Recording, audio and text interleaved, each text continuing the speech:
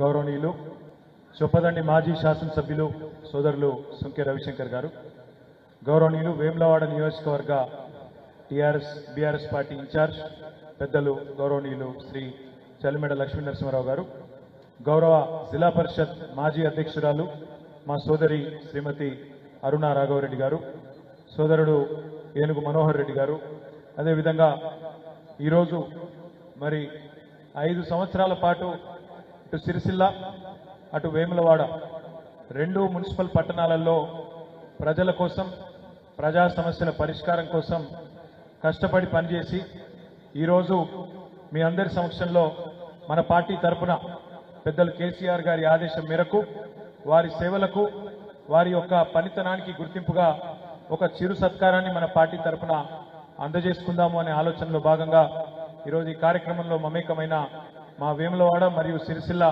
పట్టణ municipal కౌన్సిలర్లకి, municipal cooperation సభ్యులకి, Sircilla municipal chairperson సోదరి శ్రీమతి జిందం కళా చక్రపాణి గారు, అదేవిధంగా వేములవాడ మున్సిపల్ చైర్పర్సన్ సోదరి శ్రీమతి రామతీర్థపు మాధవి రాజు గారు, అదే మాదిరిగా ఇక్కడ వైస్ చైర్పర్సన్ గారు శ్రీనివాస్ గారు, మంచి శ్రీనివాస్ గారు, అదేవిధంగా మిగతా మిత్రులందరికీ పేరు పేరున హృదయపూర్వకంగా నమస్కారం, హృదయపూర్వకంగా మీ అందరికీ ధన్యవాదాలు ఈ కార్యక్రమంలో పాల్పంచుకున్నందుకు.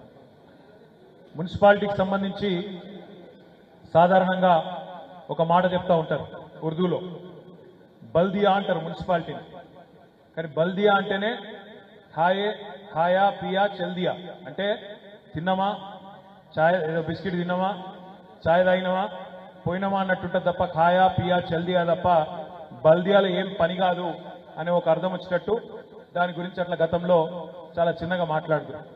కానీ పెద్దలు కేసీఆర్ గారి నేతృత్వంలో మన పార్టీ తెలంగాణ రాష్ట్రం ఏర్పడ్డ మొట్టమొదటి రోజే అధికారంలోకి వచ్చిన తర్వాత ఒక ప్రణాళిక ప్రకారం పల్లె కానీ పట్టణం కానీ అభివృద్ధి చేసుకోవాలి, ప్రణాళికబద్ధంగా ఒక పల్లెలో ఏమేమి సౌలతులు ఉండాలి, పట్టణంలో ఏమేమి సౌలతులు ఉండాలని చెప్పి ప్రభుత్వమే ఆలోచించి విధులు మాత్రమే గుర్తు చేయడం కాకుండా నిధులు కూడా సమకూర్చి, అంటే ఇటు మున్సిపల్ కౌన్సిలర్లకు కానీ అటు సర్పంచ్లకు కానీ చెట్లు నాటు నుంచి మొదలు పెడితే పారిశుద్ధ్యం, ఇంటింటికి మంచినీళ్ళు ఇచ్చుడు, పార్కులు, స్ట్రీట్ లైట్స్, పల్లె ప్రకృతి వనాలు, పట్టణ ప్రకృతి వనాలు, డంపింగ్ యార్డులు, శ్మశాన వాటికలు, ఈ రకంగా బ్రహ్మాండంగా ఎట్లా ప్రణాళికబద్ధంగా పనిచేయవచ్చునో మొత్తం భారతదేశానికి చూపెట్టింది ఖచ్చితంగా తెలంగాణ రాష్ట్రం అని ఘంటాపదంగా ఇవాళ మనందరం గర్వంగా చెప్పొచ్చు.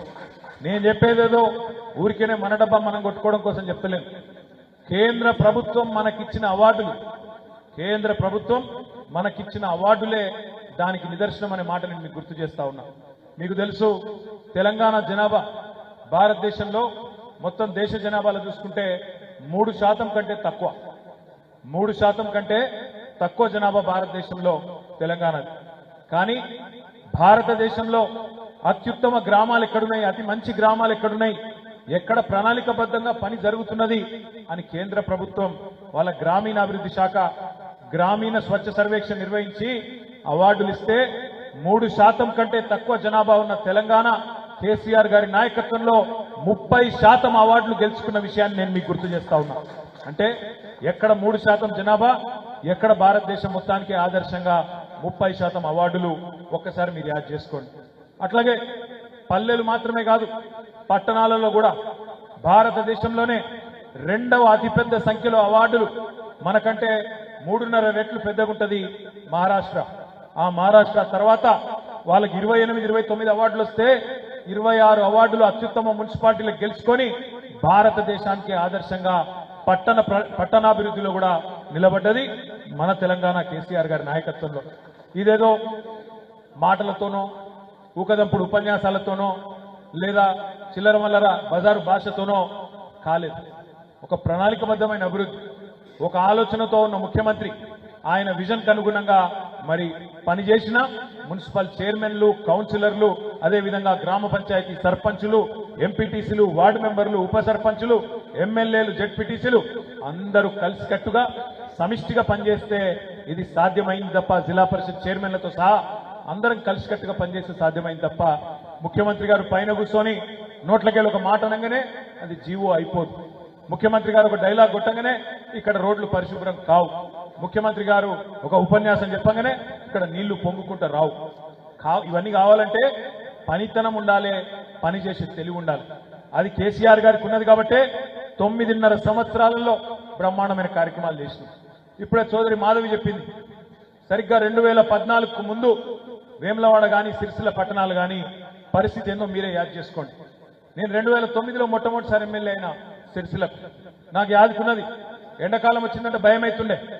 ఎండాకాలం వచ్చిందంటే ఊళ్ళలో పోవాలంటే భయం, పట్టణంలో తిరగాలంటే భయం. ఎందుకు? ఎక్కడ పోతే అక్కడ బిందెలు అడ్డం పెడుతురు, ఎక్కడ పోతే అక్కడ కుండలు అడ్డం పెడుతురు, లొల్లి లొల్లి ఉంటుండే. ఎందుకు? మంచినీళ్ళు లేవు, ట్యాంకర్లు. నాకు యాదుకున్నది, నేను మొదటిసారి ఎమ్మెల్యే అయినప్పుడు నా సొంత ఖర్చులతోని 4-5 ట్యాంకర్లు పెట్టి, లారీలు పెట్టి ట్యాంకర్లు పెట్టి సొంత ఖర్చులతోని ఆ రోజు గల్లీ గల్లీకి నీళ్లు వేయాల్సిన పరిస్థితి వచ్చింది. సొంత ఖర్చులతో మోటార్లు బోర్లు వేపించినాం. ఆనాడు 2009 నుంచి 14 వరకు అప్పుడున్న ప్రభుత్వం, కాంగ్రెస్ ప్రభుత్వం పట్టించుకోకపోతే ఇక్కడున్న ఎమ్మెల్యేలం సొంత ఖర్చులతోని పైసలు పెట్టుకొని మరీ పనిచేసినాం. కానీ 14లో ఎప్పుడైతే తెలంగాణ వచ్చిందో, 14 నుంచి 23 డిసెంబర్ వరకు దాదాపు 9.5 సంవత్సరాలు మనం ఎన్నడూ ఇది కాంగ్రెస్ కౌన్సిలర్ వార్డు, ఇది టీఆర్ఎస్ కౌన్సిలర్ వార్డు అని చూడలే. సంకుచిత రాజకీయం చేయలే. ఎక్కడ ఉన్న ప్రజలు మన వాళ్ళే, వాళ్ళకు మేలు చేయాలని చూసినాం.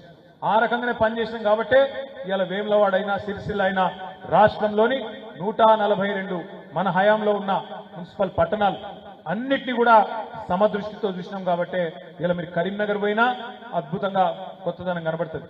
చొప్పదండి, దాన్ని రవిశంకర్ గారు చిన్న గ్రామ పంచాయతీని మున్సిపాలిటీ చేసింది. ఒకరోజు నా దగ్గరకు వచ్చి డబ్బులు అడిగింది, అన్న నాకు రోడ్డుకు మధ్యలో డివైడర్ కావాలి, లైట్లు పెట్టాలి, పైసలు కావాలన్నాడు. ఆడునే పైసలు లేవని నేను చెప్పి ఎలగొట్టినా. ఆయన ఊకోలే, కేసీఆర్ గారి దగ్గర పోయిండు. సార్ రామన్న పైసలు లేవంటుండు, మరి ఏం చేయాలని అడిగిండు. ఇక సార్ పెద్ద మనసు ఉన్నాడు కాబట్టి వెంటనే 33 కోట్ల రూపాయలు రవిశంకర్ గారికి, చిన్న మున్సిపాలిటీ చొప్పదండి, దానికి కూడా వెంటనే ఇచ్చి పంపించిండు. ఇక ఆసుపత్రికి చాలా చేసింది. నేను ఎందుకు చెప్తున్నా అంటే చిన్న పెద్ద అని చూడలే. కరీంనగర్ కార్పొరేషన్, రామగుండం కార్పొరేషన్, పెద్దపల్లి ఒక చిన్న గ్రామ పంచాయతీ ఉండే, దాన్ని మున్సిపాలిటీ చేసుకున్నాం, జిల్లా కేంద్రం చేసుకున్నాం. సిరిసిల్ల నేను ఒకటే అడుగుతున్నా, ఇలా నేను తిరుగుతున్నప్పుడు మనసు ఆలోచిస్తూ ఉంటాను. 2014కు ముందు సిరిసిల్ల ఎట్లుండే, 2014 తర్వాత ఎట్లయింది. అందుకే నేను కళగారికి అదేవిధంగా మా మాధవి గారికి చెప్పిన, నేను అమ్మ మీరు ఏం బాధపడాల్సిన అవసరం లేదు, ఎందుకంటే అందరం పుడతాము, ఏదో ఒక రోజు భూమికి వెళ్ళిపోతాం. అవకాశాలు చాలా తక్కువ మందికి వస్తాయి. పనిచేసే అవకాశం, అదృష్టం, ఒక పదవి, ఒక ప్రజాప్రతినిధిగా ఉండే అవకాశం తక్కువ మందికి వస్తుంది. ఆ అవకాశం వచ్చినప్పుడు ఏం చేసినామో అన్నది పాయింట్. ప్రజలు మళ్ళీ రేపు మనం ఎట్లా గుర్తుపెట్టుకుంటారు అన్నది పాయింట్. ఒకటి మాత్రం పక్కా, ఈ రోజు కాదు, రేపు కాదు, ఇంకొక 20-30 ఏళ్ల తర్వాత కూడా సిరిసిల్లలో పుట్టిన ప్రతి బిడ్డ యాద్ చేసుకుంటాడు. ఏమని? గా 10 ఏళ్ల పని అయింది 2014 నుంచి 24 వరకు. ఒకప్పుడు కేసీఆర్ గారి నాయకత్వంలోనే పని అయింది. ఎట్లున్న సిరిసిల్ల ఎట్లయింది, ఎట్లున్న వేములవాడ ఎట్లయిందని చెప్పి యాద్ చేసుకుంటారు. అందులో మీరిద్దరు అదృష్టవంతులు, ఎందుకంటే మీ హయాంలో 100 కోట్ల పనులైనవి. ఒక్కొక్క వార్డు బ్రహ్మాండంగా పని చేసుకున్నారు. ఆ స్థాయిలో పని చేసి ప్రజలకు చూపెట్టారు. కానీ ఒకటే ఒక చిన్న బాధ ఉంది. నేనేమనుకున్నా అంటే ఈసారి తప్పకుండా మళ్ళీ 3వసారి మన ప్రభుత్వం వస్తుంది. 2వసారి నా మీద చాలా ఒత్తిడి ఉండే. చక్రపాణి గారు నా ఎంబడబడ్డాడు, అన్న మనం అండర్ గ్రౌండ్ డ్రైనేజ్ చేయాలి. నేనేమన్నా అంటే వద్దు చక్రన్న, ఇప్పుడు చేయకు, ఎందుకంటే నేను కరీంనగర్లో చూసిన ఒకసారి రోడ్లు తవ్వితే మళ్ళా 6-7 ఏళ్ళు పట్టింది. అట్లయితే ప్రజలు తిట్టుకుంటారు, 5-6 ఏళ్ళు మనకు మంచిది కాదు, మళ్ళా అంత మురికి అవుతుంది, వద్దు, 3వసారి గెలిచినాక బ్రహ్మాండంగా చేసుకుందాం, అప్పటిదాకా జర ఆగు అని చెప్పి ఆపినాం. సరేగా మన దురదృష్టం, ఈ కొత్త ప్రభుత్వం కొత్త నిధులు ఇచ్చుడు కాదు, ఉన్న నిధులనే ఆపేస్తాడు. వీళ్ళు ఎంత పిచ్చోళ్ళంటే, సిరిసిల్ల ప్రజల మనసు గెలవాలంటే, వేములవాడ ప్రజల మనసు గెలవాలంటే కేసీఆర్ గారు ఇచ్చిన దానికంటే ఎక్కువ చేయాలి కదా. కేసీఆర్ చేసిన దానికంటే ఎక్కువ పని చేసి ఇగో మేము ఆయన కంటే బాగా చేసినామని చెప్పుకోవాలి. కానీ వీళ్ళు ఎట్లున్నారు, ఉన్న గీతను చెరిపేసే ప్రయత్నం చేస్తాను. నేను అధికారంలో ఉండగా చివరి 6 నెలల్లో మన మున్సిపల్ చైర్మన్ గారి విజ్ఞప్తి మేరకు సిరిసిల్ల పట్టణానికి ప్రత్యేకంగా, ఎందుకంటే మున్సిపల్ మంత్రిగా నేనే ఉన్నా కాబట్టి, ఒక 40 కోట్లు మంజూరు చేసినాం. ఆఖరిలో చిన్న చిన్న పనులుంటే వార్డులల్లో దబదబన చేద్దామని చెప్పి మంజూరు చేసిన. ఈ ప్రభుత్వం వచ్చినాక, కాంగ్రెస్ ప్రభుత్వం వచ్చినాక ఎంత కుత్సితమైన బుద్ధి అంటే, ఎంత చిన్న మనసు, ఎంత కురుస బుద్ధి అంటే, ఆ 40 కోట్లను కేవలం సిరిసిల్ల కాబట్టే పక్కకు పెట్టేసింది. ఒక సిరిసిల్ల మీద పగబట్టినట్టు అట్లా కార్యక్రమాలు. పోనీ బయటంతా ఏమైనా ఉద్ధరించినా అంటే కొత్తగా ఎక్కడ ఒక పైసా ఇచ్చింది లేదు. ఏమైందా మరి ఏం చేసిండ్రు సంవత్సరంలో అంటే ఒకటి మాత్రం చేసిండ్రు. 1,40,000 కోట్ల అప్పు మాత్రం చేసింది రేవంత్ రెడ్డి ప్రభుత్వం. 1,40,000 కోట్ల అప్పు చేసిండు. పోనీ కొత్తగా ఒక ఇటుక పెట్టిండా, ఒక దగ్గర మోరి కట్టిండా, ఒక కొత్త నల్ల పెట్టిండా, ఒక కొత్త స్కీమ్ పెట్టిండా, ఒక ఆడబిడ్డకు తులం బంగారం ఇచ్చిండా, ఒక్క మన ఆడబిడ్డకు 2,500 రూపాయలు ఇచ్చిండా, ఒక్క రైతుకు 15,000 ఇచ్చిండా ఖాతాలంటే ఎవ్వలకు చేసిందేమి లేదు. బస్సు ఫ్రీ అన్నారు, తులం బంగారం అన్నారు, ఫ్రీ స్కూటీలు అన్నారు, మీకు సిలిండర్ 500కి అన్నారు, కరెంటు ఫ్రీ అన్నారు. మాటలు మాత్రం కోటలు దాటినాయి కానీ చేతలు మాత్రం కడప దాటలు. అందుకే ఇలా గ్రామ సభలు పెడితే అక్కడ ఏమి వినబడుతున్నది మ్యూజిక్. కాంగ్రెస్ వాళ్ళను ఎక్కడన్నా దొరికితే తనటట్టే ఉన్నారు. గసంటి పరిస్థితి ఇవ్వాలి. మీరు చూడండి, కాంగ్రెస్ వాళ్ళ మీద కోపం, ఎమ్మెల్యేల మీద కోపం, ప్రభుత్వం మీద కోపం. పాపం ఇలా అధికారులు బలైతా ఉన్నారు. రేవంత్ రెడ్డి గారి ప్రభుత్వం యొక్క అసమర్థ వైఖరి వల్ల, వీళ్ళ చాతగాంతనం వల్ల అధికారులు బలైతా ఉన్నారు. ఎక్కడికక్కడ అధికారులు నిలదీస్తా ఉన్నారు. నేను అడుగుతున్నా, ఒక్కసారి మీరు ఆలోచించమని కోరుతా ఉన్నా. ప్రభుత్వం వచ్చిన కొత్తలో డిసెంబర్ 2023లోనే ఆనాడు 1,06,00,000 అప్లికేషన్లు తీసుకున్నారు ప్రజాపాలన పేరు మీద. 1,06,00,000 అందులో ఏమేమి అడిగినారు? ఒకటే అప్లికేషన్లు అన్ని ఇండ్రి. ఎవరికి రేషన్ కార్డులు కావాలి, ఎవరికి పెన్షన్లు కావాలి, ఎవరికి రైతు భరోసా కావాలి, ఎవరికి నెలకు 2,500 కావాలి, ఎవరికి సిలిండర్ కావాలి, ఎవరికి కరెంటు ఫ్రీ కావాలి, అన్ని రాయిండ్రి మాకు ఇయ్యండ్రి అన్నారు. ఇది ఎప్పుడు? డిసెంబర్ 2023లో. ప్రజాపాలన అన్నారు. 1,06,00,000 దరఖాస్తులు తీసుకున్నారు. తీసుకొని మరి సంవత్సరం దాటిపోయింది. ఏమైందా మళ్ళా అంటే మళ్ళా దరఖాస్తు పెట్టుకుంటారు. దేనికి మళ్ళా దరఖాస్తు? ఇందిరా మిల్లుకు పెట్టు, కుల గణన అని చెప్పి మళ్ళా ఇంటికి సర్వే. ఇలా ఎవడన్నా బతుకుతున్నా ఈ ప్రభుత్వంలో అంటే ఒక జిరాక్స్ షాపులకు మాత్రం గిరాకీ బాగున్నారు. ఏడబడతాడు జిరాక్స్ షాపులలో మాత్రం తీసిందే తీసుడు, ఇచ్చిందే ఇచ్చుడు. ఒక్క పని సంవత్సరం దాటిపోయింది, 14 నెలలు పడ్డది. ఒక్క పని అయిందా? ఏదన్నా ఒకటి డైలాగులు పెట్టినంత అల్కగనా? డైలాగులు ఏమైనా మస్తుగా చెప్పచ్చు. లాగుల తొండలు ఇడుస్తా, మెడల పేగులు వేసుకుంటా, గుడ్లు వీకి గోటీలు ఆడతా, డైలాగులు మాకు కూడా వస్తాయి. డైలాగులు కొట్టినంత ఈజీ కాదు పని చేస్తుంది. ఇప్పుడు పని చేస్తే ఇప్పుడు తెలుస్తుంది మోస్టోన్కి ఎంత కష్టం ఉంటుందో, ఒక ప్రభుత్వాన్ని నడుపుడంటే ఎంత కష్టమో ఇప్పుడు తెలుస్తుంది రేవంత్ రెడ్డికి, కాంగ్రెస్ పార్టీ వాళ్ళకి. నేను కాంగ్రెస్ పార్టీ నాయకులను నేను ఒకటే కోరుతా ఉన్నా, ఇంకా ఎలక్షన్లు 4 ఏళ్ళు ఉన్నాయి, ఇంకా 4 ఏళ్ళు ఉన్నాయి అసెంబ్లీ ఎన్నికలు. తొందర ఏం లేదు, పని చేయండి, పని మీద దృష్టి పెట్టురు. ఇప్పటికన్నా కొద్దిగా ఒళ్ళు వంచుర్రి. ఎంతసేపు కేసులు ఎట్లా పెట్టాలి, ఎవరిని జైలుకి ఎట్టు పంపాలి, ఎవరిని ఏం చేయాలి, ఇదే చిల్లర ఆలోచన తప్ప ప్రజలకు మంచి చేసే ఆలోచన లేదు. ప్రజలకు ఇచ్చిన హామీలు నిలబెట్టుకునే సోయి అంతకంటే కూడా లేదు. దృష్టి దాని మీద పెట్టుర్రి. నిన్న మీ మంత్రి చెప్తుండు కదా కుల్లా, రేవంత్ రెడ్డి గారేమో రుణమాఫీ అయిపోయిందని అబద్ధం చెప్తాడు. రుణమాఫీ అయిపోయింది, 100% చేసిన 2 లక్షల రుణమాఫీ అని రేవంత్ రెడ్డి చెప్తాడు. నిన్న వాళ్ళ మంత్రి గారు, ఆయన సహచరుడు, సీనియర్ నాయకుడు దామోదర్ రాజనరసింహ గారు చెప్తున్నారు. ఏం చెప్పిండు? కాలే రుణమాఫీ. ఇక నేను ఈ ఊళ్ళోనే మాట్లాడుతున్నా, ఈడ 4 మందికి అయింది, 12 మందికి గాలే అని ఖుల్లా చెప్తున్నాడు దామోదర్ రాజనరసింహ గారు. ఓ గిదే నేను అనేది, ఈ మోసమే బంద్ చేయింది. ఈ మోసపు మాటలు, బక్వాస్ మాటలు ఇవి బంద్ చేసి పని మీద దృష్టి పెట్టుండ్రి. సోషల్ మీడియాలో ఎవరు పోస్ట్ పెట్టిండ్రు అని మీద కేసు ఎట్లా పెట్టాలి, పోలీసులకు అది ఒకటే పని. అసలు పని ఎక్కడ వీకింది. క్రైమ్ రేటు పెరుగుతున్నది, ఆడపిల్లల మీద దాడులు పెరుగుతున్నాయి. మొత్తం హైదరాబాద్ తో సహా రాష్ట్రం అంతటా శాంతి భద్రతలు దెబ్బతింటా ఉన్నాయి. కొత్త పెట్టుబడులేమో ఉన్న పెట్టుబడులు పోయే పరిస్థితున్నది. ఇట్లా పరిస్థితి ఉంటే ఇవాళ ముఖ్యమంత్రి, ఆయన మంత్రివర్గం మాత్రం వాళ్ళు ఇవాళ ఇక్కడ లేరు, గాల్లో తిరుగుతున్నారు. కరీంనగర్కి వస్తే హెలికాప్టర్, సిరిసిల్లకు వస్తే హెలికాప్టర్, నల్గొండకు వస్తే హెలికాప్టర్, గాలి మోటార్లు తిరుగుకుంటా, గాలి మాటలు మాట్లాడుకుంటా ఇవాళ తప్పించుకొని తిరుగుతున్నారు తప్ప భూమి మీదకి వస్తలేరు.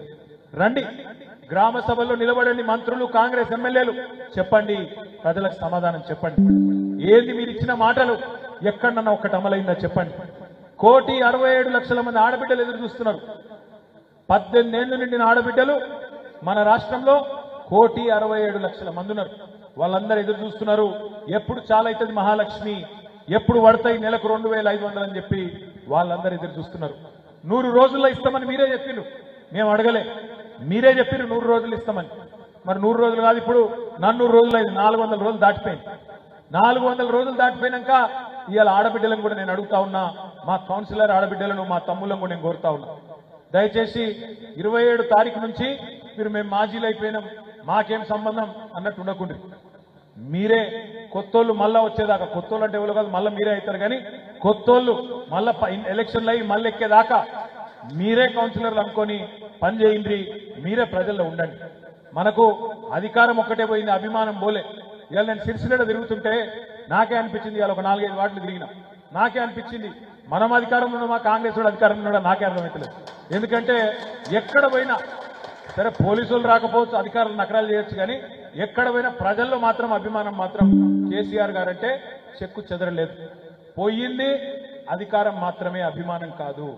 పోయింది అధికారం మాత్రమే, పోరాట పటిమ కాదు. మనకు కూడా మంచి జరుగుతున్నది, ఇవాళ ప్రజలకు కూడా మంచి జరుగుతున్నది. ఎవరు ఏందో ప్రజలకు కూడా బేరీజు వేసుకునే అవకాశం, ఒకసారి పోల్చుకునే అవకాశం ప్రజలకు కూడా దొరికింది. ఎందుకంటే అప్పుడప్పుడు గాడిదలను చూస్తేనే గుర్రాల విలువ కూడా తెలుస్తుంది, చీకట్లు చూస్తేనే వెలుగు విలువ కూడా అప్పుడప్పుడు తెలుస్తుంది. కాబట్టి మంచి జరుగుతున్నది, మనం బాధపడేది ఏం లేదు.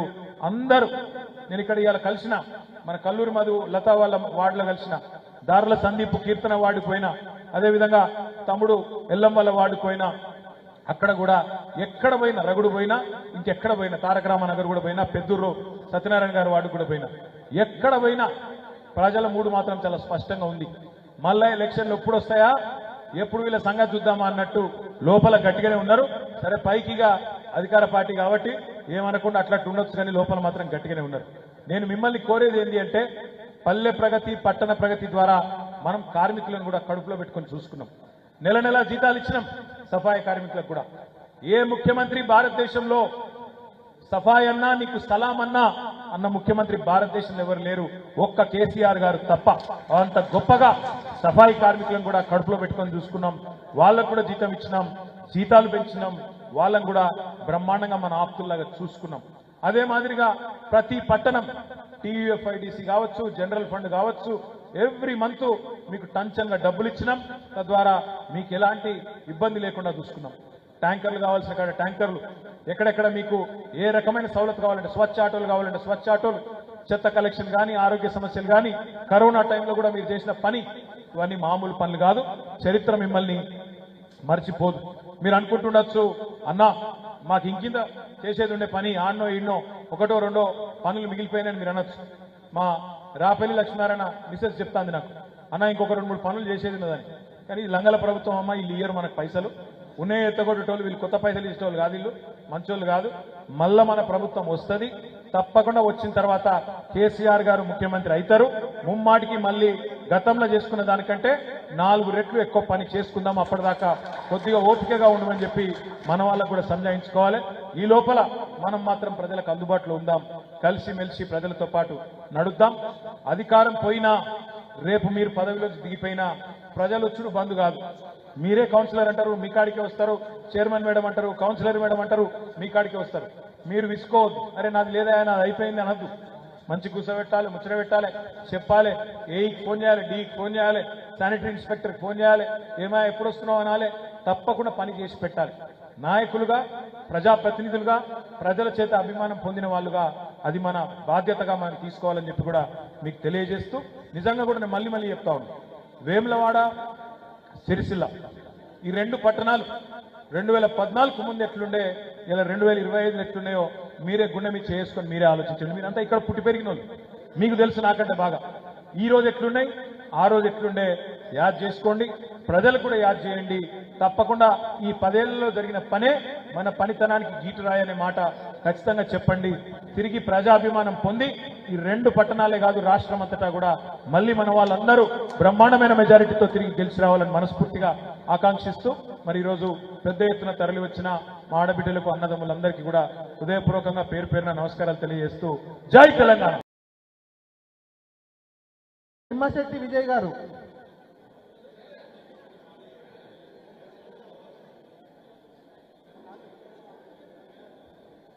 తర్వాత నిమ్మశెట్టి విజయ్ గారు రెడీగా ఉండాలి.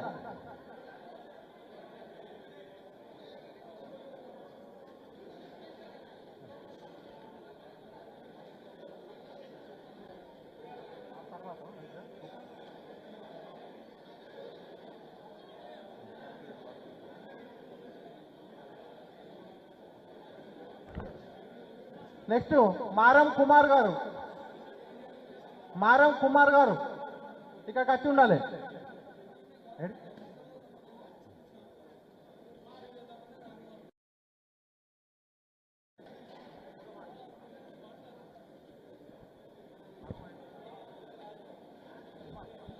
మారం కుమార్ గారు.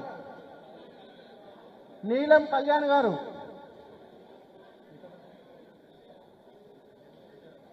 నీలం కళ్యాణి శేఖర్ గారు.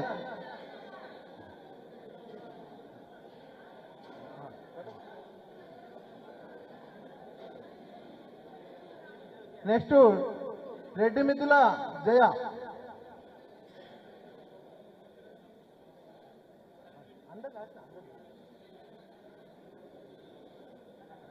కళ్యాణి శేఖర్ గారు.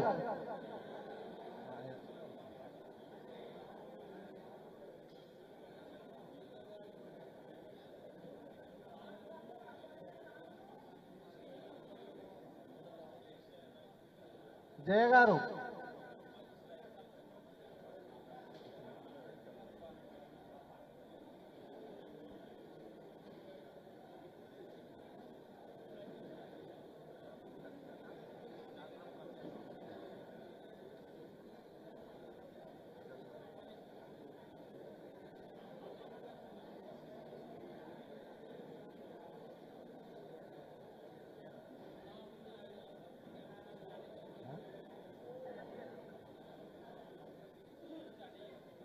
జయ సలీము గారు.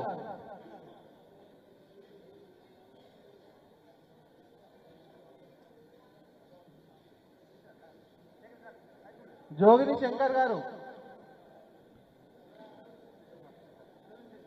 జోగిని శంకర్ గారు.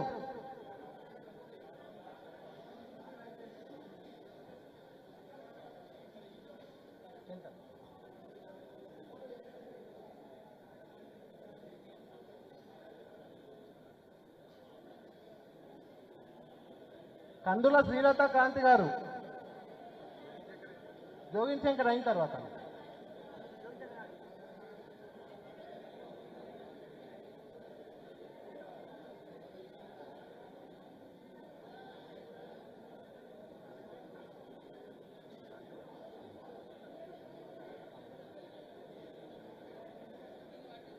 కందుల శ్రీలత క్రాంతి గారు.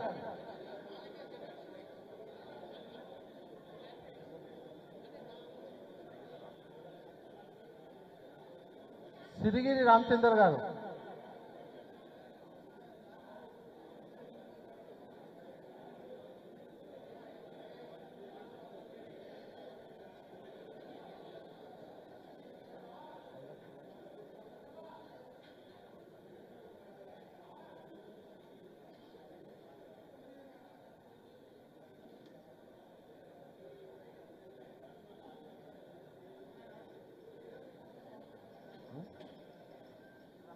శ్రీ రామచంద్ర గారు.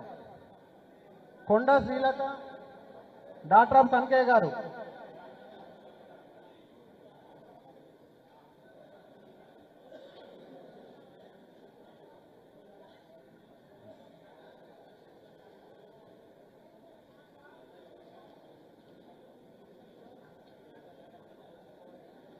కొండ శ్రీలత. డాక్టర్ కనకయ్య గారు.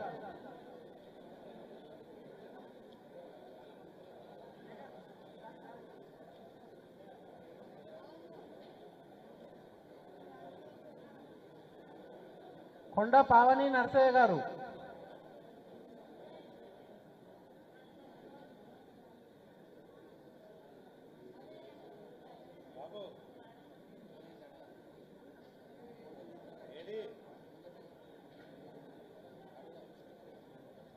కొండ పావని నరసయ్య గారు.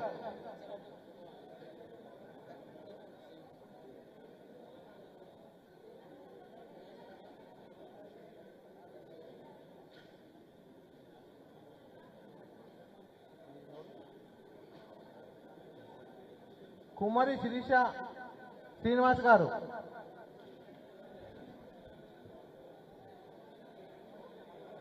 కుమారి శిరీష శ్రీనివాస్ గారు.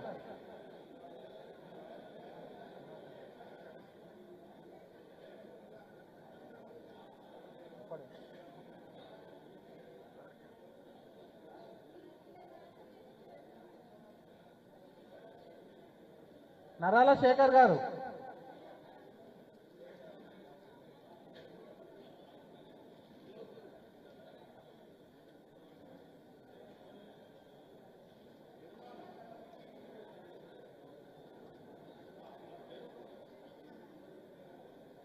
గోలి మహేష్ గారు,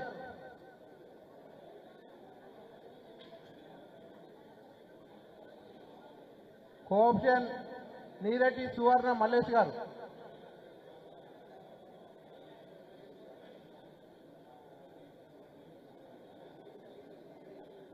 కోఆప్షన్ నీరెడ్డి సువర్ణ మల్లేశం గారు,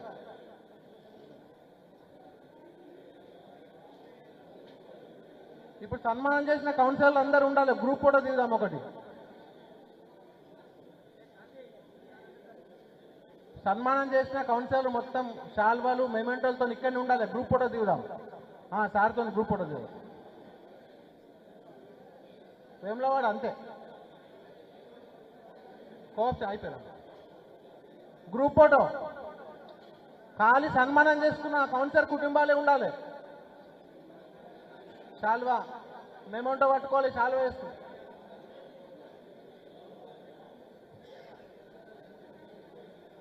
వాట్సాప్లో పెడతా, మీడియా గ్రూప్లో పెడతా.